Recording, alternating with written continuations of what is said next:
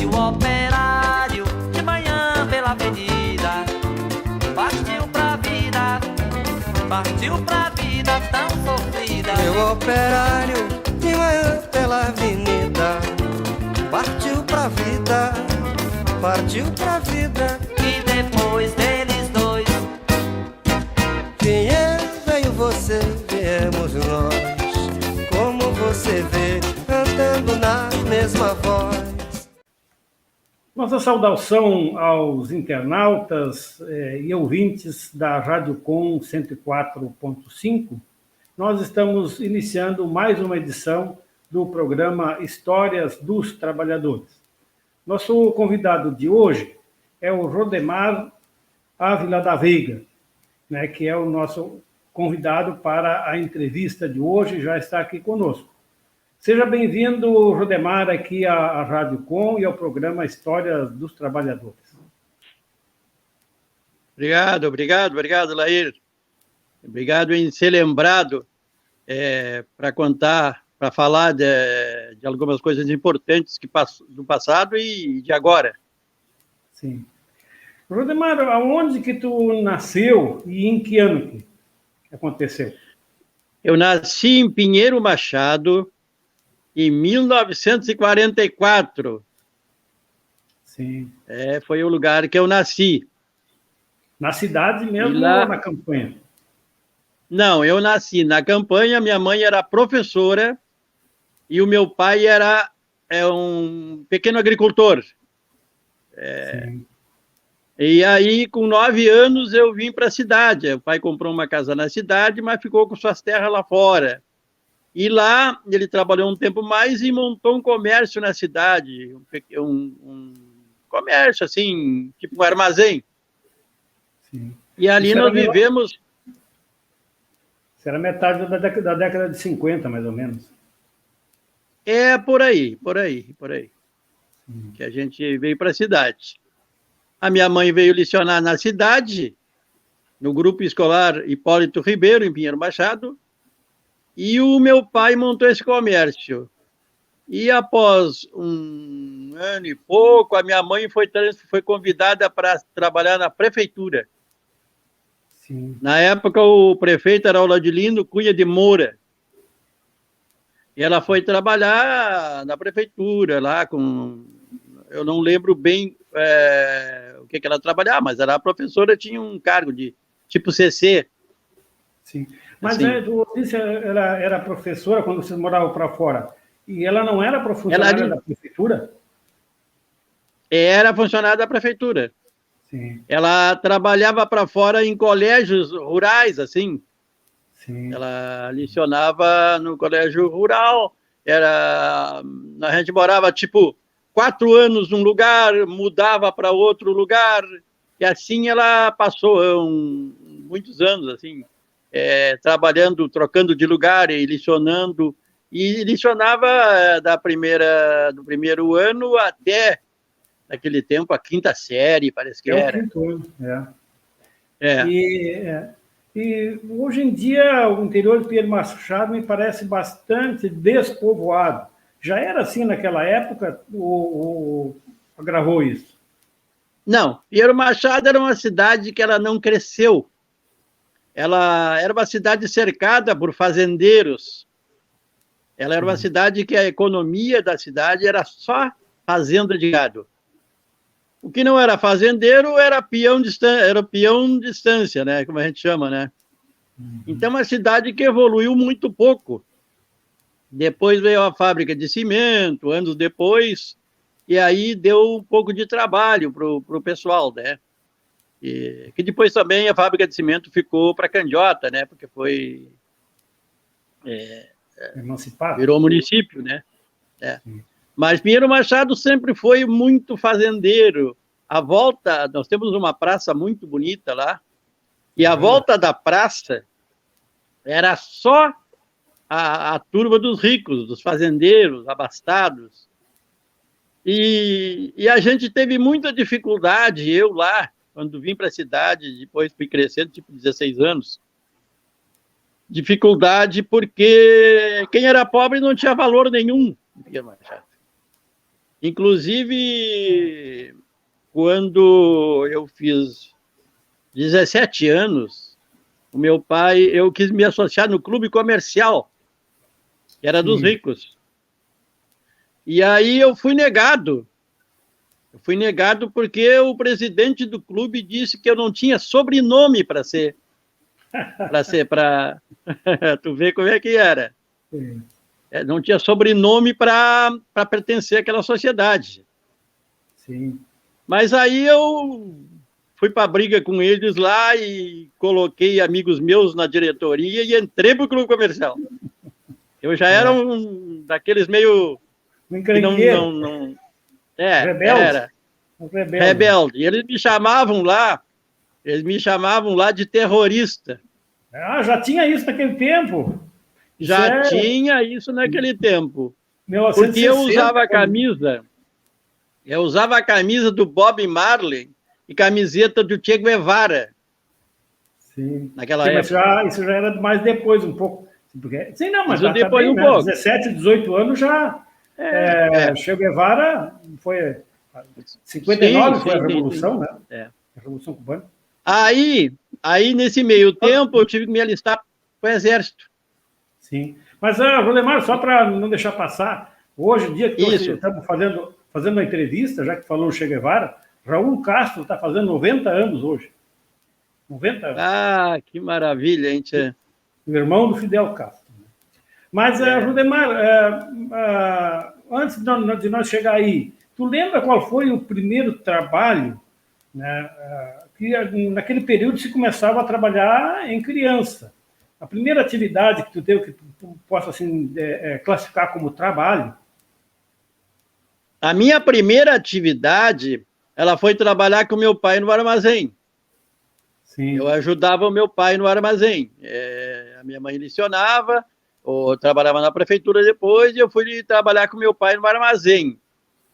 Depois, mais adiante um pouquinho, aí eu tive que vir para Pelotas. Eu não queria servir em Bagé, por causa que meu pai tinha cavalo lá fora e cuidava cavalo, e eu não queria cuidar cavalo. Então eu vim para casa da minha tia em Pelotas, para morar com a minha tia, para poder servir em Pelotas.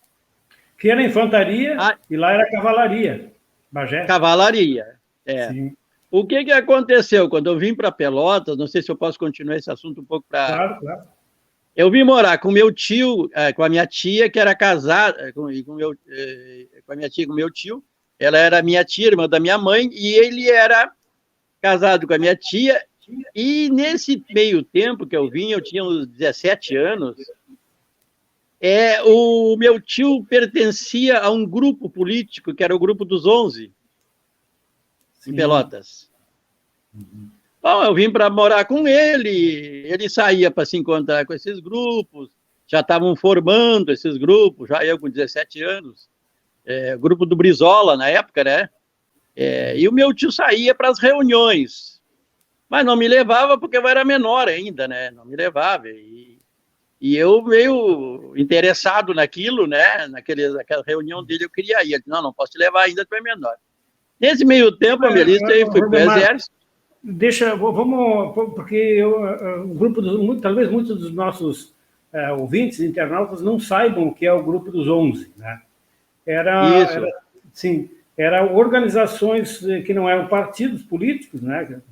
Pequenas células, digamos assim, né? Organizadas pelo Leonel Brizola e seus companheiros. Sim. Se puder explicitar um pouquinho mais, melhor. Esses grupos dos 11, eles eram muitos. Sim. Inclusive, o meu tio era dirigente de um grupo desses, e eu acredito que tinha 11 grupos em Pelotas, dos 11, ou mais até, que eram grupos que se reuniam em bairros, cada bairro tinha um grupo dos 11, mas também tinha um dirigente que coordenava todos, mas eu não lembro o nome dessa pessoa. Então, como é que o meu tio se reunia, para te ter uma ideia? Eles faziam um churrasco e se reunia todo mundo. E todo mundo tinha uma estratégia de que se a polícia chegasse, ser normal, não dar bola para a polícia, ficar de costa, como se nada tivesse acontecendo. Isso eu vi o meu tio falar antes de eu participar do grupo, né? Eu ainda não estava no exército. Então eu lembro que ele falava para mim, ele tinha muita confiança em mim, ele confiava mais em mim que nos filhos dele. Os filhos dele nunca foram para a política, né? Nunca tinham conversas com ele, e eu comecei a conversar com ele sobre isso. Eu me interessei, né? E ele me explicava como é que eram os grupos e tudo, aquilo, tudo. Então, em Pelotas tinha muitos grupos, eu não sei, até podia ter mais de 11 grupos dos 11. E, então, isso foi uma coisa importante na política, porque era uma coisa muito organizada. O Brizola tinha essa habilidade de organizar esses grupos. Então, tinha grupo na Terezinha, tinha grupo no Areal, grupo aqui, grupo ali, e todos fazendo essa reunião, discutindo a política, porque como hoje, né, a situação que estava o Brasil naquela época também estava a questão do João Goulart, aquele tudo que aconteceu depois, né? E então era muito organizado os grupos. Era muito organizado. Para contextualizar, era semi-clandestino os grupos, né? E sim. Bom, se vivia, teoricamente, numa democracia, mas na morte do Getúlio, não, na posse do Juscelino, alguns anos antes, já tinha havido uma treta ali que os militares não queriam deixar. Me lembro de meu pai falar isso. Sim. Os militares não queriam deixar o Juscelino tomar posse, parece que tem um marechal que viu ali e botou. Né, que eles sempre tiveram envolvido. Desde essa época, o Exército sempre esteve envolvido com generais, marechais e capitães de meio dominar, de não ter uma democracia, ter uma ditadura. Isso era a ideia já antes do Juscelino, Getúlio Vargas. Então, desde essa época, tu sabe que o Exército sempre esteve envolvido. Então, desde aquela época, era assim a coisa. Por isso que existiam esses grupos já. Então, o Brizola preventivamente já estava fazendo uma organização popular. Fazendo uma organização popular. Essa organização do Brizola foi antes de 64, né? Claro. Ele fez esses grupos assim. Então, ele dizia, esses grupos deveriam, eu não tenho muito conhecimento, mas pelo que eu te dizia, existiam em muitas cidades esses grupos. Não era só em Pelotas que existia o Grupo dos 11. Isso aí o Brizola estava montando, ele queria montar no Rio Grande do Sul inteiro esses grupos. Não sei se teve tempo de montar, porque a gente não tinha tanto conhecimento, assim. Mas foi uma época muito... O golpe militar, tu já estava no quartel? O dia 30 de março, quando eu estava no quartel, o meu comandante disse: hoje nós vamos dormir fardado, todo fardado, com coturno e arma na mão, fuzil na mão. Vocês vão dormir com o fuzil na mão. A gente não tinha informação, eles não deixavam. E ele deu uma palestra dentro do alojamento, que era PP1 na época, e disse o seguinte: ninguém vai falar outra língua aqui dentro do quartel mais. Isso está proibido. Alemão, inglês, francês, qualquer tipo de língua. A língua é portuguesa aqui. E quem falar outra língua pode se machucar. Ele disse bem assim. Então foi proibido nós falar qualquer língua. Eu não falava inglês, falava só português, e não falava bem também, porque a gente português é complicado, né? Aí acordamos às 2h da manhã, tocando um clarim de guerra, aquele famoso clarim de guerra, né? E já foi aquela correria toda, né? Nós entramos, eu era motorista, eu entrei num QT daquele, chamava-se QT, cheio de soldado dentro, e foi aquela correria. E nessa noite nós invadimos a Rádio Cultura. A Rádio Cultura, e foi corrido, todo mundo estava lá dentro, lá, e a partir daí a Rádio Cultura se virou um comitê, um alojamento de soldados dentro da Rádio Cultura. E os radialistas foram alguns presos e que estavam ainda, estavam lá. No outro dia foram presos radialistas, tomaram o Coronel Donton, que era uma coisa que eu não falei. O Coronel Donton de Amaral Duro era o comandante do Exército, mas ele era brisolista e fez um acordo com o Exército para ele sair fora. Ele entregou o comando dele e eu estava preso nesse dia, nessa noite que depois nós fomos dormir, eu me esqueci de dizer, na noite que nós fomos dormir com a arma, eu estava preso por discussão com o meu capitão, porque ele me perseguia dentro do quartel. E ele foi lá na prisão, estava eu e outros presos dentro da prisão do quartel, e disse, agora nós somos todos iguais, nós somos todos irmãos, eu sou um coronel, mas tu é um coronel também, e nós vamos massacrar esses comunistas, ele disse. E eu, comunista. Aí, soltou-me nós, disse aquela palavra, e era um amigo meu, né? Ele disse assim, a primeira bala, disse para mim, a primeira bala vai ser para esse coronel. Nunca me esqueço disso. Bom, então aí fomos para o quartel, voltamos, fomos para a rua, e já saímos para a rua. Aquilo foi para a rua, era jipe na rua, era carro do quartel na rua. Quem estava na rua, muita gente foi preso em ver a averiguação. E aí começou a violência em Pelotas, naquela época. E muita gente não conhece essa violência que tinha. Por exemplo, depois de nós estar acampado na Rádio Cultura, o Aquário, nesse dia, o Aquário ali, nesse dia 31, se negou a fechar. Eles botaram um toque de recolher. E o Aquário se negou a fechar. E o tenente cercou o Aquário com um fuzil de arma de baioneta calada e deixou só uma rua 15 para os caras sair.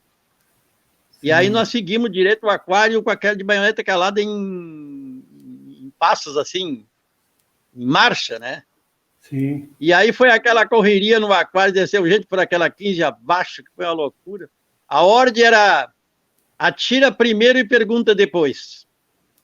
Sim. Essa era a ordem que o tenente deu. Sim. Na época era tenente, hoje... Foi impactante, então. Ó. E aí, quanto tempo? Não, esse foi o primeiro dia. Aí, como é que foi a sequência? Dia seguinte e tal?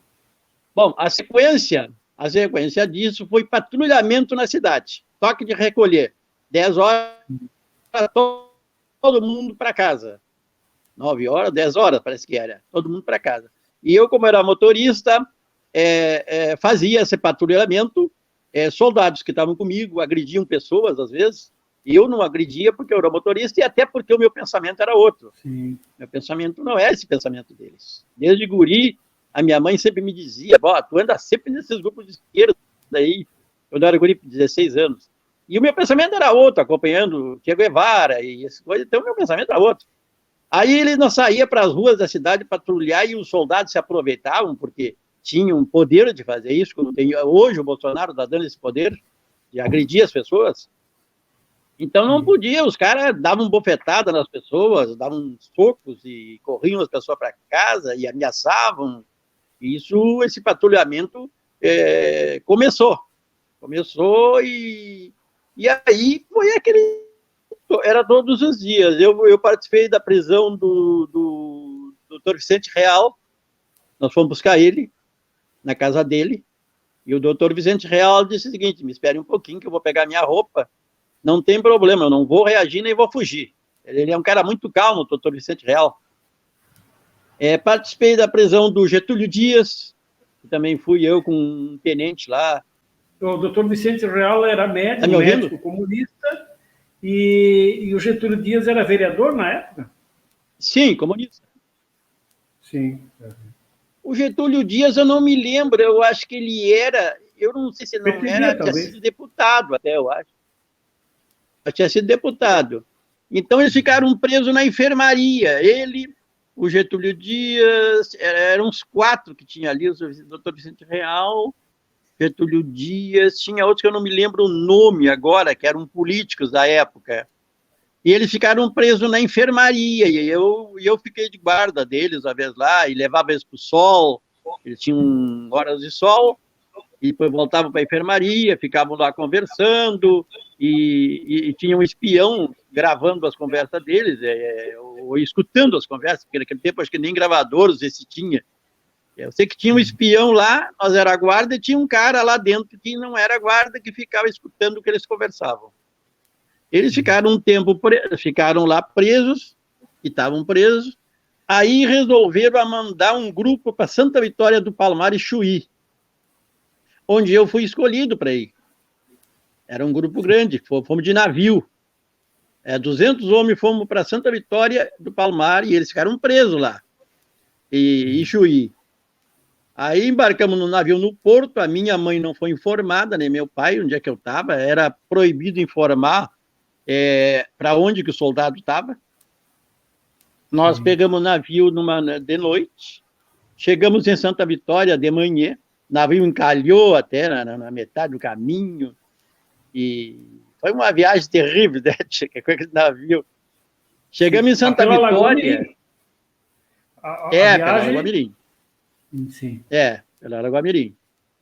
Aí chegamos em Santa Vitória, no porto lá, tinha um caminhão de bebida, nunca me esqueci, o cara vendia bebida, não sei, que ele estava lá no porto, lá no Kaiser, acho que tinha algum bar por ali.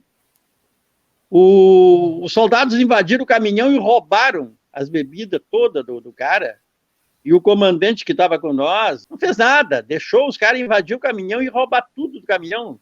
Os soldados roubaram tudo do caminhão. Eu não roubei porque eu não compactuava com aquilo ali. Sim. Aí fomos acampar na Associação Rural de Santa Vitória do Palmar. Sim. E outros foram para o aeroporto de Santa Vitória. Tinha um aeroporto pequenininho nessa época. Não sei se tu te lembra desse aeroporto, assim, bem mais moço que eu, né? Mas eu conheci o de Jaguarão, de Santa Vitória não. Conheci o aeroporto de Jaguarão, de Santa Vitória não. Então, no aeroporto ficou um grupo de soldados guarnecendo, os outros foram à Associação Rural para fazer patrulha na costa da fronteira para os caras não fugir. A coisa era pegar pessoas que estivessem fugindo. Eu fiquei em Santa Vitória uns poucos dias e fui para Chuí, para fazer guarda na fronteira ali, Chuí com...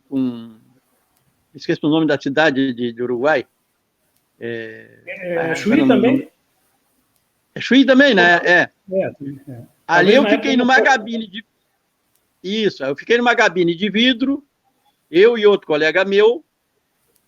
Um coronel ficou lá noutra cabine, ele enxergava nossas cabines, tudo. Então, nós averiguava tudo que era pessoa que passava, tudo que era documento de pessoa que estava passando, à procura de terroristas, ameaçavam as pessoas que passavam por Uruguai, né? E aquilo ali era muita gente fugiu por ali. E fora disso, nós fazíamos patrulhamento pela costa do rio, né? Pela costa do rio, fazia patrulhamento, água por o pescoço, né?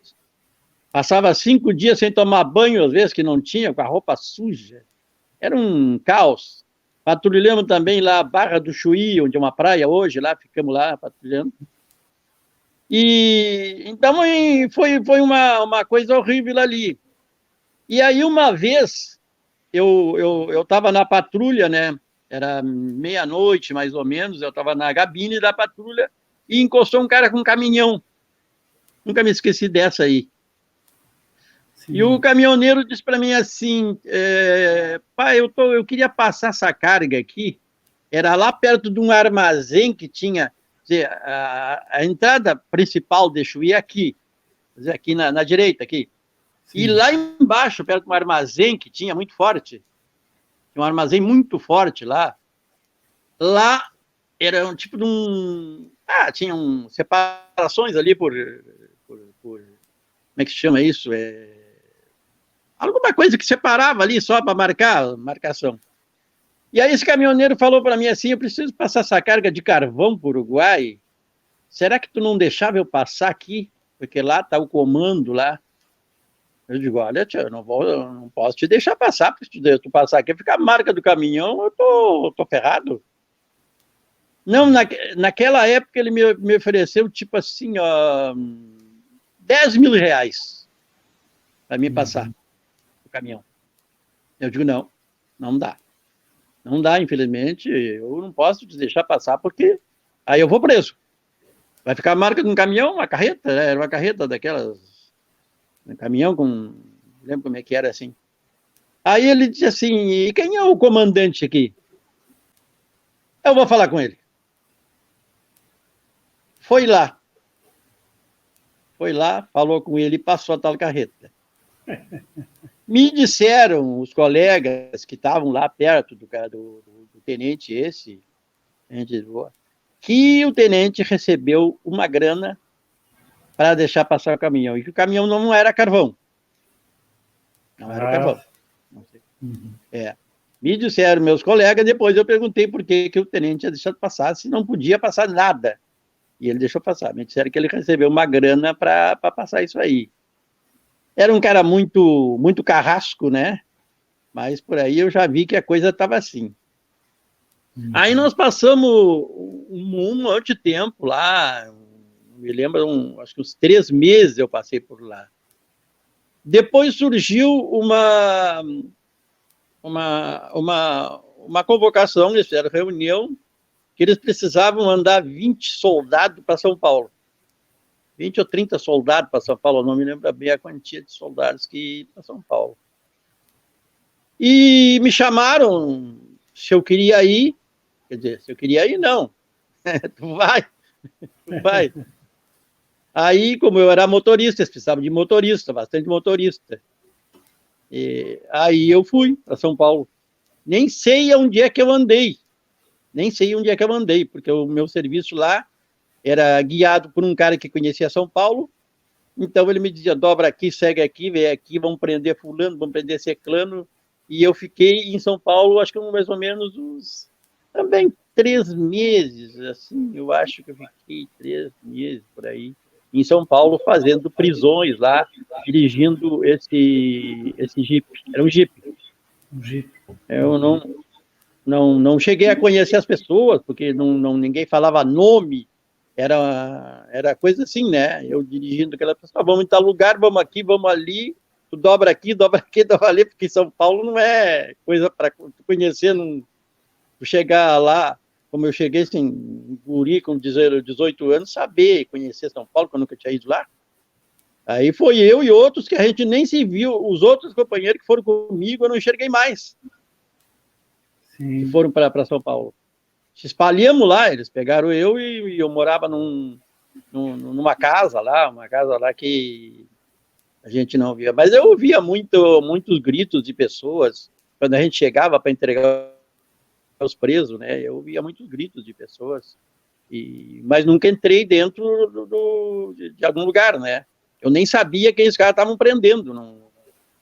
Eles davam codinomes, assim, que a gente não sabia, né? A gente não podia saber, porque a gente estava lá, era para fazer o serviço, para ir buscar as pessoas.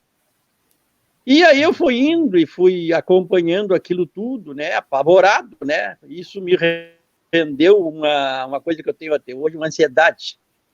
Eu ficava num sistema nervoso, rapaz, carregando aquelas pessoas, vendo as pessoas apanhar e uma coisa horrorosa, né, que eu vi lá. Mas eu também não conheci ninguém, porque não dava para conhecer as pessoas, porque não se dizia nomes. Aquilo que chegava numa casa, o cara entrava de arma na mão e saía com a pessoa de arrasto lá dentro. Era assim que aconteceu durante o tempo que eu tive lá. Então não pude conhecer pessoas, porque eles não falavam em nome.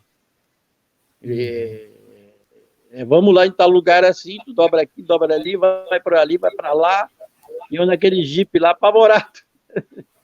E passei esse tempo lá, foi uma coisa horrorosa que eu assisti, né? Mas foi uma coisa que depois, acompanhando, quando eu saí do exército, quando eu voltei, que aí eu peguei a me inteirar da coisa mesmo, que era tão feia, né? Porque no Rio Grande do Sul não foi tanta violência aqui, porque os torturadores eram daqui, né? Eram daqui de Bagé, o Figueiredo era aqui. E depois eu comecei a acompanhar a história, né, e ver do delegado Fleury, eu acompanhei toda a história do delegado Fleury, acompanhei do Marighella, tudo isso aí. O Marighella é um cara de uma coragem sem tamanho, né? É um cara que... Mas eu nunca conheci ele. Mas em São Paulo, foi nunca vi ele. Foi saber o que estava acontecendo, mais, não no momento, mas depois. Eu tinha só uma noção ali imediata. Eu fui saber das prisões. Sim, eu estava ali. Né? E aí, quanto o que tempo, eu via você estava às escuras, como se diz. Os milicos estavam às escuras. Sim, nós estávamos às escuras. E eu nunca mais vi os meus colegas que foram junto comigo. Eu nunca mais vi eles assim, não sei o que aconteceu com eles também, não sei, porque eles nos separaram, eles botaram eu nessa casa lá que eles tinham lá, e que tinha esses caras que eram tenente, mas já não era mais o que me levou, era outro cara que eu não sei o que ele era também. Então, Rodemar, nós podemos, sem erro, nós podemos afirmar que os soldados de baixa patente no Exército também foram vítimas da ditadura militar. Com certeza, os soldados de baixa patente que não tinham, que faltava cultura para eles, porque eu sempre fui um cara que estudei muito, que minha mãe lia muito, minha mãe era professora de história, então eu lia muita história, eu sempre gostei de história. Sim. Tanto é do Che Guevara, que eu acompanhei toda a história do Che Guevara, de todo mundo. Os soldados que foram para lá, eles foram no escuro, como eu fui no escuro também, mas eu vi tudo aquilo que aconteceu, né? Aquela tortura, aquela violência na prisão das pessoas, né? Então, eu vim saber, quando eu dei baixa, aí eu me inteirei do assunto, e aí que eu voltei para entrar no grupo dos 11 com o meu tio. Sim. Porque o meu tio continuou fazendo movimentos, esse meu tio. E tu serviu aí ano, eu voltei. Foi um ano que tu serviu? Mais? Foi um ano? Eu servi um ano e 2 meses e pouco. Sim. Lá eu tive em São Paulo acho que 3 meses por aí. Quando eu vim para Santa Vitória, e de lá nós voltamos num caminhão. A estrada era de barro ainda. Que quase morremos na carroceria do caminhão. Sim.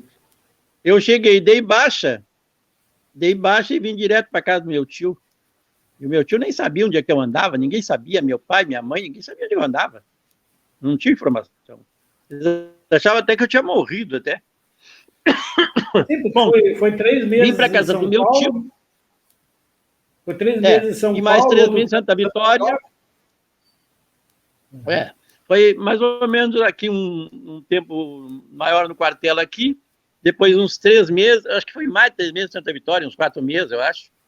4 meses em Santa Vitória e em São Paulo 3 meses, mais ou menos aí. Eu sei que somou tudo, deu 12 meses, deu 1 ano e 2 meses, parece que foi. Mas eu fui no quartel tirar uma informação, há uns anos atrás, minha, e eles negligenciaram tudo isso. Não tá que eu tive em Santa Vitória, não tá que eu tive aqui nem ali, que eles maquiaram tudo. Apagaram tudo aquilo ali. Tu pode ir lá no quartel pegar. Não tem. Eu voltei e fui falar com meu tio. Aí o meu tio já estava num movimento para defender as pessoas. Porque eles colocaram nas cidades da fronteira toda uma brigada chamada Brigada Volante, que não tinha nada a ver com a brigada. Era só o que não prestava na brigada bandido, eles botavam. Miliciano, então, paramilitar. Miliciano, eles contrataram miliciano e fardaram de brigadiano. E botaram em Jaguarão, botaram em Erval, botaram em Pinheiro Machado, botaram em... Essa costa da fronteira toda tinha essa milícia, que chamava-se Brigada Volante. Até se matar. Em Pinheiro Machado, um matou outro lá, outro se matou. Eles viviam bêbados nos bares. O que o meu tio disse? Olha, eu tenho um servicinho para ti. Tu é um cara de minha confiança, eu não confiei nos meus filhos para fazer isso, mas eu tenho um serviço para ti porque eu confio em ti.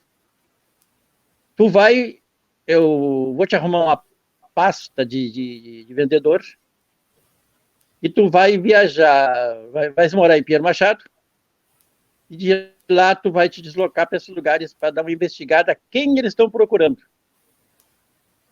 E aí tu vai ter que repassar para mim, mas tu não vai repassar para o telefone, tu não vai repassar por carta, tu não vai repassar. Tu pega os dados todos, grava na tua cabeça e depois os nomes, tu escreve, faz um código para ti lá, que eles não entendem, letra que seja número, coisa assim, e tu me traz a lista das pessoas que estão procurando. Me vê quem é que estão procurando, mais ou menos. E tu vai ficar fazendo esse serviço e tu vai receber uma verba que vai vir lá de cima. O cara que estava com meu tio, que vinha lá de cima, o cara não se identificou com meu tio, o meu tio sabia que ele era do movimento, mas o cara se tratava por Edgar. E o meu tio repassava para ele todas o que a gente colhia em Pelotas, Rio Grande, tudo que era lugar, o que nós podíamos colher de gente perseguida, o meu tio passava para esse cara, eu passava para o meu tio e ele passava para esse cara.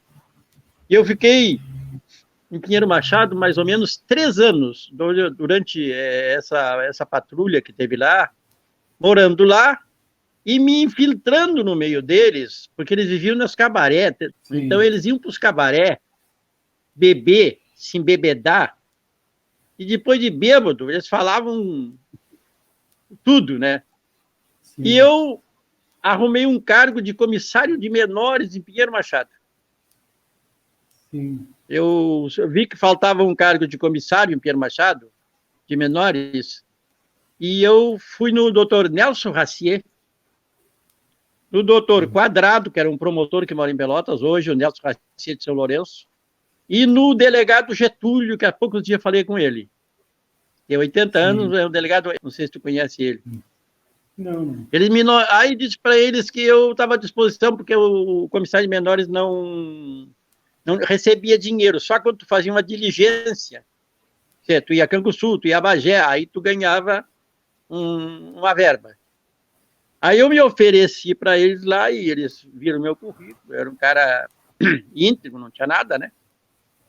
Bom, aí eu fiquei como comissário de menores, usava revólver na cintura, carteira vermelha de comissário de menores, e aí eu estava liberado dentro de Pinheiro Machado e viajar por tudo que era lugar. Onde eu chegava era comissário de menores, a Brigada Volante essa não metia a mão comigo, assim. Claro, eu não podia fazer muita coisa, né? Claro. Mas aí eu viajava e comecei a filtrar dentro deles, e eles falavam nomes de pessoas que provavelmente seriam procuradas. Aí eu não conhecia. Viajava para onde, Rodemar? Para outras cidades? As viagens que tu fazia? Ou no interior eu viajava para Dom Pedrito, por exemplo, viajei para Uruguaiana, viajava para essa cidade, tudo aí. Eu não bebo e nem fumo, tomava lá uma Coca-Cola, conversava com eles e lá eles vomitavam. Em Pinheiro Machado mesmo, eu colhi muita coisa deles que eu passei pro meu tio, que era uma brigada muito violenta em Pinheiro Machado. E muito violenta em Pinheiro Machado. Então, eu colhi muita coisa deles, de pessoas, e eu passava o nome, eu nem conhecia as pessoas que eles perseguiam, mas eu passava o nome pro meu tio repassava para essa pessoa. Parece que durou, eu não me lembro bem agora, mas uns 3 anos eu fiz esse trabalho. Eu recebia uma verba para viajar e para me manter, né? E era comissário de menores. Ainda. Mas é porque Pinheiro Machado não é uma cidade de fronteira, né? mas tinha muitos políticos em Pinheiro Machado. Pinheiro Machado sempre foi uma área da política bem violenta. Sim. Até hoje, em Pinheiro Machado, quando tem uma campanha política, lá da briga, pauleira e... Pinheiro Machado é uma cidade que sempre foi muito política. Então, lá tinha muita gente contrária. Por exemplo, o pessoal do Brizola em Pinheiro Machado... o Brizola tinha um eleitorado em Pinheiro Machado assim. Inclusive, eu fiz campanha para ele em Pinheiro Machado. Quando ele foi candidato, mesmo se foi deputado ou governador, eu fiz, porque eu acompanhei o Prestes. Mas como o Partido Comunista não existia, eu fazia para o cara que era mais... pro Brizola, que era o cara mais chegado, né? Não fui filiado nunca ao PDT, mas sempre fiz campanha para o Brizola e fiz um médico que foi candidato a prefeito lá, o doutor, que morreu até num acidente, não me lembro bem o nome dele agora, era um médico muito bom até, era brizolista, o cara, e perdeu a eleição, mas eu fiz campanha para ele. A Pinheiro Machado era uma área política, sempre foi muito violenta. Quando mataram Pinheiro Machado, por exemplo, o cara que matou Pinheiro Machado, o senador, ele era de Pinheiro Machado. Sim. Então, quem foi os opositores do Pinheiro Machado? Foi o doutor Assis Brasil e o Rui Barbosa. E o Rui Assis Brasil tinha um eleitorado lá, e o Pinheiro Machado era fincado em Pinheiro Machado com aquele cara que foi governador, sem ser eleito, ele assumiu... Eu me esqueço agora o nome dele. Uma hora eu vou me lembrar o nome dele. Então, Pinheiro Machado sempre houve muita confusão de política. Então, por isso, eles fincaram em Pinheiro Machado esse comando de brigada volante que tinha mais de 200 homens. É para controlar. E dali eles controlavam tudo ali. Mas controlava o interesse desse representante do Brizola, vamos dizer, que vinha lá de cima, como se devia ser de Porto Alegre, né? Ele, sabendo de qual eram as pessoas que estavam sendo procuradas, ele levava essa lista para... seria para avisar as pessoas? Eu acho que para liberar os caras, né? Os caras sabiam que estavam sendo procurados e que tinham que sair do país. Sim. Porque o meu tio repassava essa lista para esses caras, que o meu tio era um brizolista. E o meu tio repassava essa lista para esse cara, e esse cara lá, talvez, como o pessoal do Brizola lá, já passava para o nome deles: olha, vocês estão sendo procurados e vocês vão ser mortos. Sim. Porque lá, em Pinheiro Machado, aconteceu um caso de um cara que nem foi política, mas foi um rapaz. Essa brigada volante estava numa boate, e estava o rapaz sentado com uma mulher na boate, né? Chegou 4 milicianos desses, e disse assim, ó, solta a mulher que a mulher é minha. E o apelido do rapaz esse era Gasolina, que ele tomava um trago, né? Mas era um cara boa pinta, assim, bem arrumado. E os brigados tiraram ele pro pescoço, sentado junto com a mulher. Eles mandavam e não pediu, não tinha. Chegava nas botes e tiravam o cara para fora. E o cara saiu para fora e o cara estava armado. E se vendo mal de tanto apanhar, sacou um 32 e deu um tiro no meio deles. E balhou um brigadiano. E assim que ele balhou o brigadiano, ele fugiu. E entrou num campo que tinha perto assim, e sumiu. Esse cara, procuraram ele que nem agulha, né, para matar. Mas o cara sumiu no campo. Há 30 anos depois, não, há 20 anos depois, descobriram que o cara, que esse rapaz que atirou no brigadiano, morava noutra cidade, lá para Santa Catarina, com outro nome. Ele nunca mais voltou, 20 anos em Pinheiro Machado. Sim. Então ele... Sim, a ditadura continuava, né? A ditadura continuava. Ele não voltou e trocou de nome. Ele casou, tinha filhos por lá, e a mãe dele pensava que ele estava morto. Sim. Porque eles matavam o cara, eles mataram um cara em Pinheiro Machado, na avenida que vai... Não sei se tu conhece bem Pinheiro Machado, tem uma avenida que sai para Bagé, agora passa a Estrada Nova. O cara estava fazendo xixi. Eles deram um tiro no cara, só porque o cara estava fazendo xixi às 10 horas da noite na avenida. Mataram o cara. Que horror. Mataram. Eles matavam sem dó e sem piedade. Esse capitão que tinha lá, ele prendeu um cara lá em Pinheiro Machado, que era político também, era um cara, eu não me lembro bem o nome dele, mas era um político assim, sem muita expressão. Ele prendeu e esse cara contratou o doutor Fico de Bagé, que era um advogado famosíssimo em Bagé, uma família rica lá. O doutor Fico era respeitado, né? Ele veio aí em Pinheiro Machado para soltar o cara, e o capitão que estava lá, que eu não me lembro, o capitão, não me lembro o nome, que comandava essa brigada miliciana. O capitão disse para o doutor Fico: o senhor vai embora agora daqui, ou senão o senhor vai apanhar de chicote como o seu presidiário aí apanhou. E o doutor Fico disse para ele: olha, capitão, eu vou embora, mas eu vou a Brasília e o senhor não vai ficar em Pinheiro Machado. E o capitão Fico pegou um avião, ele era rico, né? Foi a Brasília e transferiram esse capitão. No outro dia, o capitão foi transferido. Quer dizer que tinha mexe nesse troço todo, né? Tinha mexe nesse troço todo. E eu acompanhei tudo isso aí, porque eu estava até perto lá, né? Vendo o desenrolar da coisa. Naquela situação ali que tu estava, tinha que respirar controladamente, né? Não podia expressar as opiniões. Eu andava nas boates, tudo. Eles bebiam. Tinha um sargento que virou amigo meu, rapaz, cara. Como eu era comissário, ele virou amigo meu. E eu ficava até com pena, né? Porque o cara vomitava muitas coisas, né? Eu peguei muita coisa com esse sargento. Que era um miliciano, né? Mas ele virou tipo meu amigo, ele achava que eu era amigo dele, e eu até ficava meio constrangido, né? Sim. Porque o cara me procurava, queria me pagar bebida, tu é um cara muito legal, tu é um cara assim, não sei o quê. Eu, não, tudo bem. E eu só tomava Coca-Cola. E ele me passou falou. Ele me dizia assim: vamos matar esses terroristas tudo, não vai ficar um para contar a história. Esse é o jogo.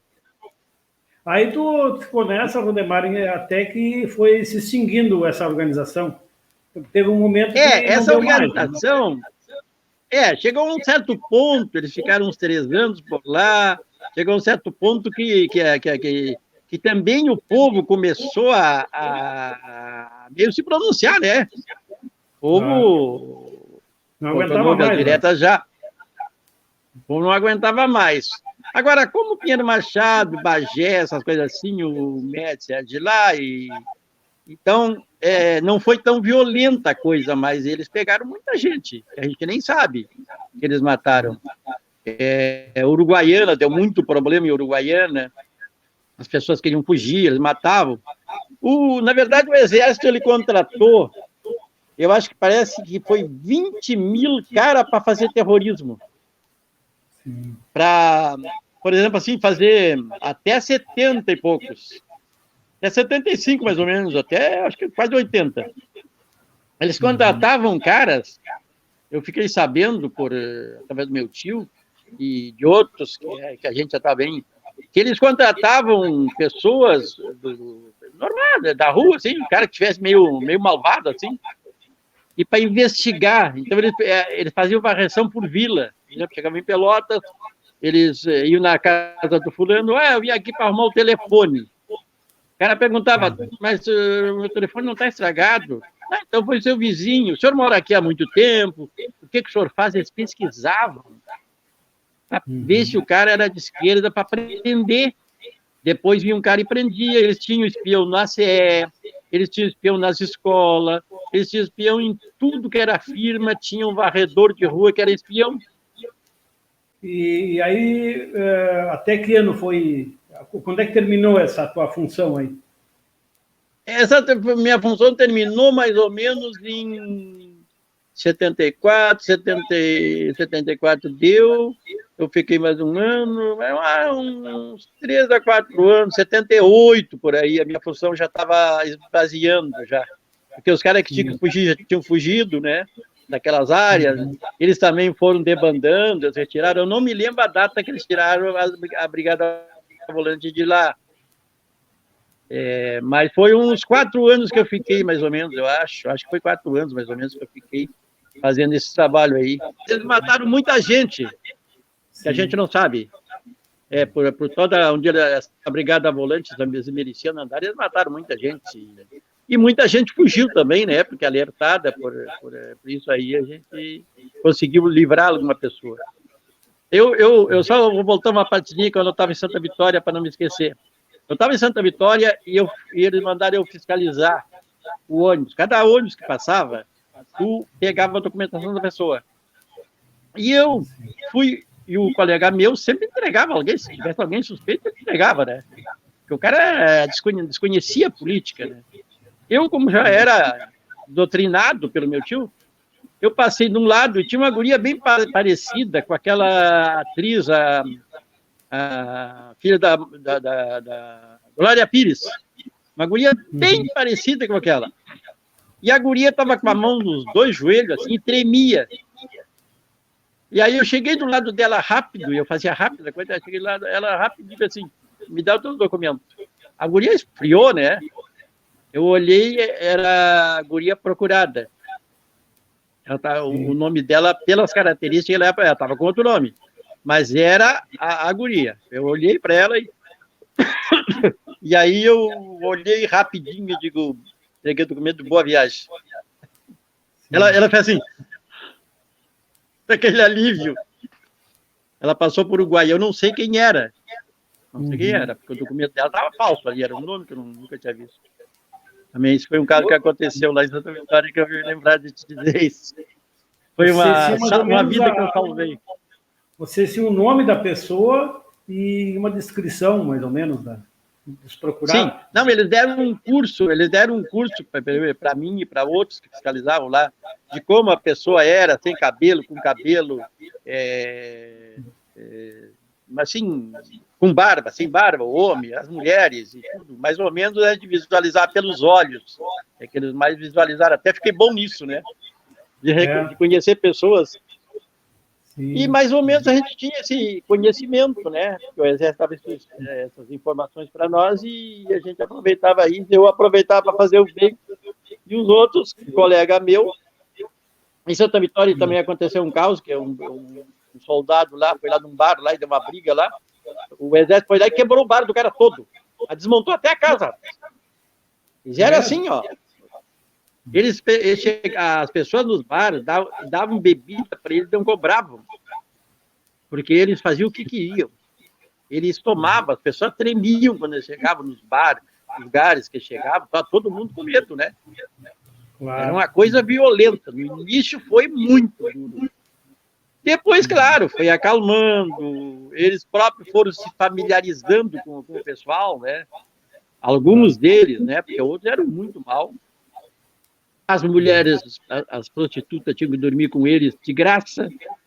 Eles faziam o que queriam, não davam nada, não pagavam o que bebiam nas boates. Tudo isso, fizeram o que quiseram. Foi o maior abuso da história, né? E hoje tem gente que pede ditadura militar porque não conhece isso. E eu me aprofundei muito depois que eu saí do Exército, depois que até que eu saí disso aí, eu comecei a acompanhar o Marighella, esses caras, Lamarca, fiz até uma música, eu fiz para golpe militar, eu tenho uma música que chama-se Golpe Militar, para no Marighella, no Lamarca. Comecei a acompanhar o Lamarca, comecei a acompanhar o Fleury, que era o maior torturador. Aí tu foi ler a história. Fleury. Então, eu acompanhei tudo isso aí. Foi uma coisa importante na vida da gente para saber o que esses bandidos fizeram no Brasil, né? Claro. E que hoje muita gente está pedindo para eles aí. Uhum. E eles, como tu disse, Clair, não esquecer, Zé Clair, eles, desde a época de João Celino, de Getúlio Vargas, os militares sempre quiseram tomar conta do Brasil. Tanto é que o Vilas Boas fez esse acordo com o Supremo Tribunal, com aquele safado Supremo, para prender o Lula. Exato. Eles sempre quiseram mandar. Eu entrei no... É uma coisa que não mudou, desde que... Não! Tu disse que nasceu em 44, 1944, nós estamos daqui a pouco chegando a 2044 e eles estão na mesma batida. Eu estou fazendo 77 anos agora, dia 5 de agosto, e eu continuo enxergando a mesma coisa que eles começaram na época de Getúlio Vargas para cá, e antes de Getúlio Vargas, talvez. Sim. Getúlio Vargas foi ditador também, né? Ele foi um ditador, depois, aquela turma do Lacerda e aquele grupo eu tenho até um livro aqui do Homem da Lourdinha. Então, aquelas histórias ali, né? Mas aí, bom, aí lá se durou alguns anos ali, né? No início da década de 70, tu já estava noutra. Aí estabeleceu. Qual foi a tua primeira profissão depois dessas passagens? Aí em 69, por aí, eu vim para Pelotas. Sim. Aí eu vim para arrumar um serviço em Pelotas. Bom, o que eu vou fazer em Pelotas? Aí eu falei com esse meu tio. Esse meu tio tinha no mercado antigo uma casa de carne. Aliás, ele tinha 2 casas de carne.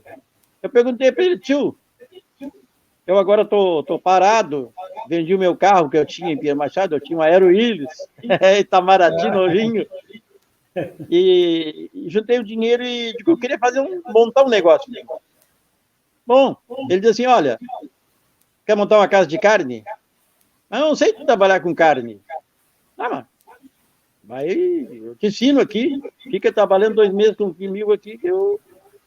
Aí eu trabalhei 2 meses com ele lá, comprei uma casa de carne, se chamava aqui em Pelotas, não era açougue, chamava-se casa de carne. Aí eu comprei ali na Gomes Carneiro, trabalhei 4 anos ali, ganhei bastante dinheiro até, comprei um táxi no Banco Itaú e comprei uma casa. Naquele tempo se vendia muita carne, né? Aí deu uma falta de carne, e nós montamos uma cooperativa para importar carne do Uruguai. Eu vendi o açougue e montei uma garagem de venda de carro. Montei uma garagem de venda de carro ali na Santos Dumont, pegado um bangalô ali no sobrado, ali, eu e meu irmão de criação. Sim. Dali é que eu comecei a me misturar na política aqui em Pelotas. Nós estamos já com 1h06 de conversa, Rodemar. Isso. Como a gente tem bastante história, Rodemar. A gente tem muita história, né? Por isso que eu estou fazendo esse programa, né? Para resgatar essas histórias, né?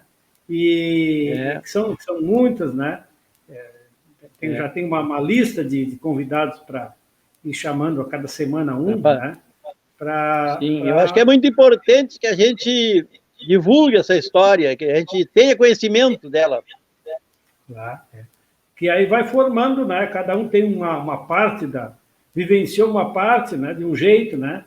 E a gente vai aí, né? Conformando digamos assim, como é que era um desenho de como é que foi a nossa sociedade, a nossa região aqui, né? Na questão social, na questão política, na questão do trabalho. Muito obrigado. Então, ouvimos Rodemar, aí que no Rodemar Ávila. É Ávila da Veiga, está escrito Ávila da Veiga. Ávila está certo o teu nome ali? Rodemar Ávila da Veiga. Certinho, então. Pensei que pudesse ser o contrário. Esse é o meu nome. Rodemar Ávila da Veiga, que nos narrou aí, né, a sua passagem aí desde 1944 nasceu, não sabe o que aconteceu, né? Mas depois ali já, né, desde que começou a ter consciência da vida, né, foi nos relatando os acontecimentos, desde lá de Pedro Machado agora até o Laranjal, onde mora agora, né? Então, muito obrigado, Rodemar. Valeu. Muito obrigado, hein? Eu que tenho que agradecer para a gente divulgar o que a gente fez por essa vida fora. Muito obrigado. Um abraço, Lair. Outro, tudo de bom. Tchau.